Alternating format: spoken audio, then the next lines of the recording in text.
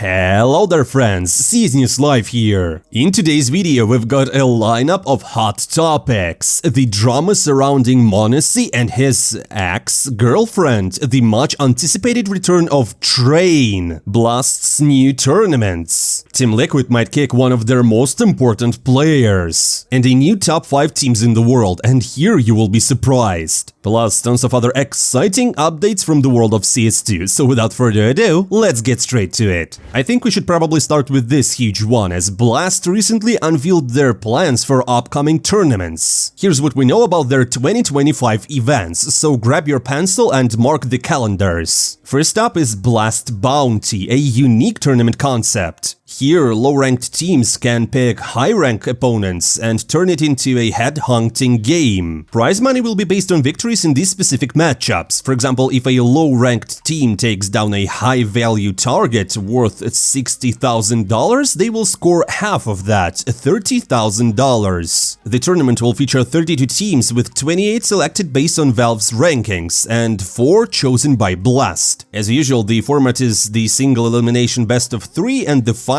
will be in the best of 5. Blast plans to host 2 bounty tournaments with a total prize pool of $1.3 million.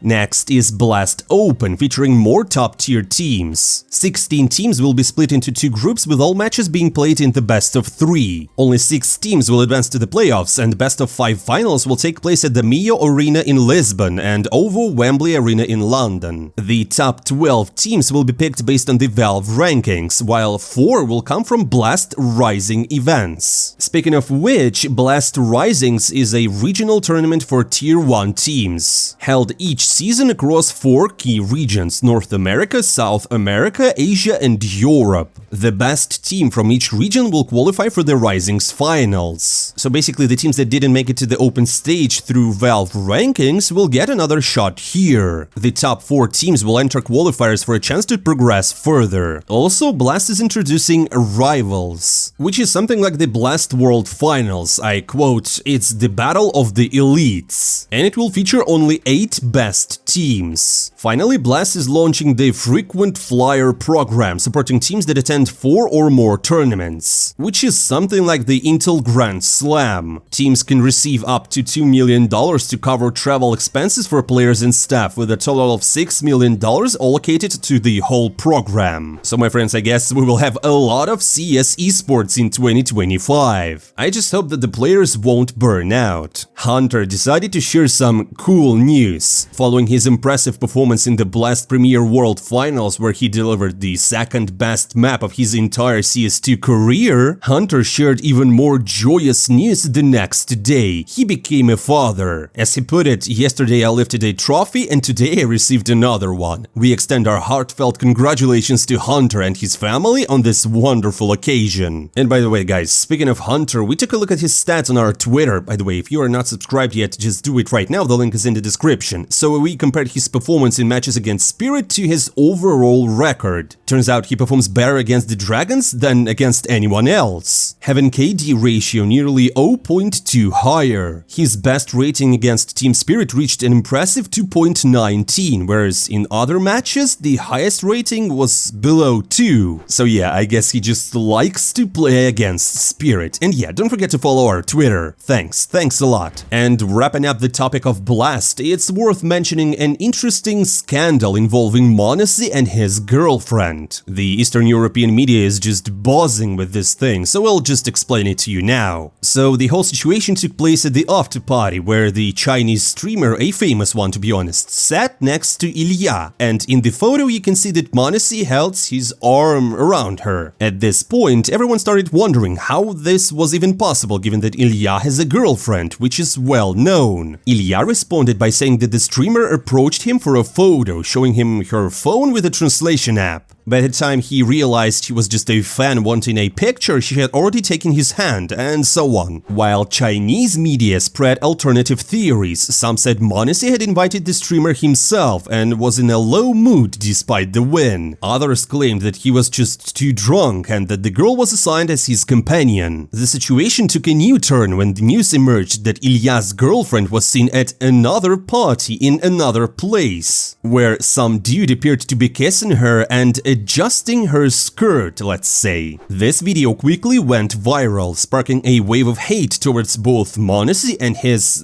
then-girlfriend. At one point, they both began defending themselves, and then they had a conversation, and then it seemed to have come to some understanding, and the situation somewhat settled. However, many people started sharing opinions on this matter. Some said that they didn't care about the situation as long as it didn't impact Monesy's game, while others started blaming the girl. The situation became so tangled that, to put an end to it, the player and his girlfriend decided to just break up. Monesy said that he did this to avoid reputational risks and to prepare well for the major. And I mean, reputational risks? I hear you, Monesy. Is that a reference to Boomich? And here is where unexpectedly Simple showed up. Anyways, guys, I want to remind you that our goal is simply to highlight the situation, not to take sides. The choice of who is right and who is wrong is still up to you, and you're welcome to continue to discuss the situation in the comments below. And since we started talking about Monesy, let's keep going. Right now, in terms of who is the best player of the year, he, ZywOo, and Donk are all the real contenders. Looking at the stats, Monesy currently leads the trio at LAN events with an impressive 1.39, placing him in an uncontested first position. Right behind is Donk with 1.27, and in third place is ZywOo, trailing Spirit's young talent by just 0.02. If we shift focus to playoff performances, Donk drops out of the top 3 with Monesy holding the first position, and ZywOo is right behind him, while JL sits third. Notably, JL is the only player with a higher rating in the playoffs than across the entire year. On the overall yearly rating, however, Donk leads, followed by ZywOo and then Monesy in the third. So stats alone aren't enough to determine the top player. Other key factors like MVP, EVP medals just add complexity. Currently, Monesy has the most MVPs with 4 this year, while Donk follows with 3 and ZywOo in third position. But it's also important to consider which tournaments these MVPs were awarded for. Monesy's MVPs are IEM Dallas, Blast Fall Finals, and Blast World Finals, while Donk's MVP includes BB Dacha, IEM Katowice, and Blast Spring Finals. Plus, Donk missed several tournaments, further complicating the race for the top. So my friends, it seems that we wouldn't really know who is the best player of the year up until the major, because like all 3 of them are worth it. I'm really excited for this Shanghai major to start and finally show the best of the best. Guys, as always, don't forget to share your thoughts in the comments below. Let's discuss. And while we're on topic of the best players, let's talk about what they consider the most challenging and hard games besides CS. So according to the pros like Jax, Nav, Torj,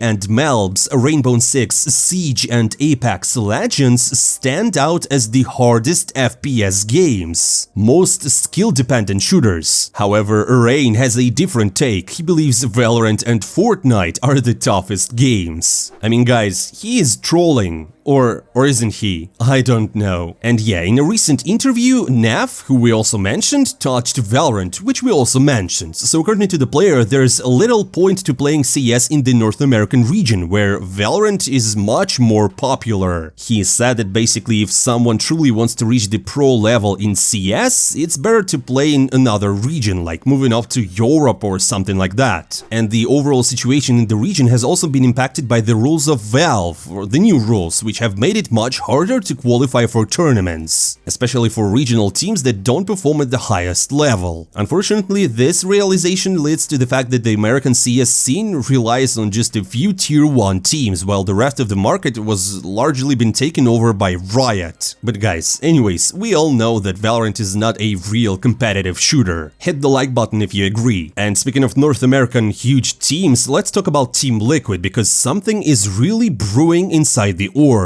First, as we covered in the previous video, KRL, the famous streamer, said that something is going on within the team and there will be changes. I mean, Innershine denied that, but anyways, there's no smoke without fire. And now Thorin says that Yekindar might soon leave the roster. The Ginger Esports legend said that Team Liquid's management is no longer willing to keep Yekindar, and they don't want to give another chance for him to improve the performance. It's worth noting that ever since Marek switched teams, his stats have taken a nosedive and continue to decline to this day. Although the team management was unhappy with this, they kept giving him chances to improve. However, my guys, if there is no improvement at the Armors and the Major, there's a high likelihood that Yekindar will leave the lineup. And even though I really like Yekindar as a player and as a person, it's sad news. And now, my friends, let's talk about the new top 5 teams in the world. My friends, did you know that the Mongols have surpassed Team Liquid in Valve's rankings? That's right, the team once considered like 1.5 tier now holds the 5th spot, overtaking Mouse and FaZe as well. This leap was basically due to their victory at the Thunderpick World Championship 2024, because in the finals they faced Heroic and secured a 3-1 win and earned $500,000, which also didn't go unnoticed by Thorin. He said that the prize pools these days are just far too large because like before 2016 teams would have had to win like 5 majors to earn that kind of money, which is a massive and difficult feat. But on the other hand, it was like 10 years ago, so maybe the inflation— oh my god, who am I kidding? It's just that the money flows into esports and I don't really know if it's good or bad. Anyways, this result for the Mongols is the best in Asia's whole history. And if you consider Oceania as well, only 100 Thieves can boast similar achievements with their 2019 roster. So congratulations to the Mongols once again on this huge victory, not just for themselves, but for the entire region. So my friends, let's wrap up the episode with perhaps the biggest news yet. So recently Valve updated their banner on Twitter, which can only mean one thing: a major update is coming really soon. So this banner is just the asphalt, but it's not just asphalt, it's the T-side spawn on train. This theory was quickly picked up by Gabe Follower, who pointed out that the clues about train have been in the game code for some time, and that recently Valve has been working on rainy weather facts, which is featured on the map. This obviously sparked a wave of suggestions from pros and analysts about what map trains should replace. Result proposed to remove Dust 2, while Innershine and many others prefer to see Vertigo gone. But not me, I like Vertigo. And for God's sake, Elige came to the rescue, to Vertigo's and mine rescue obviously, saying that this is the only map where he can play aggressively every round, making it one of his favorites, and mine as well. Meanwhile, Loba was salty as always. He brought up the game's optimization, cautioning that with Train's return we could see serious lag issues and plenty of bugs. Hooch decided to have some fun with the news and posted an updated guide for Train, reliving the nostalgia. And while you and everyone else eagerly await, we looked into who performed best on Train historically. And obviously, Simple tops the list. So if he returns to peak form, Falcons will definitely get this map into their map pool. Among players with over 100 games on Train, Zaivu has an outstanding rating with 39 matches played. And Monesy was turning it on Train back in CSGO and face it. Guys, what do you think about Train's comeback? Don't forget to write your thoughts in the comments below. And that's all for today. Thank you for watching. Don't forget to hit the like button, the follow button, and drop a comment below as it helps to develop our channel. I'm not saying goodbye for a long time. See you soon.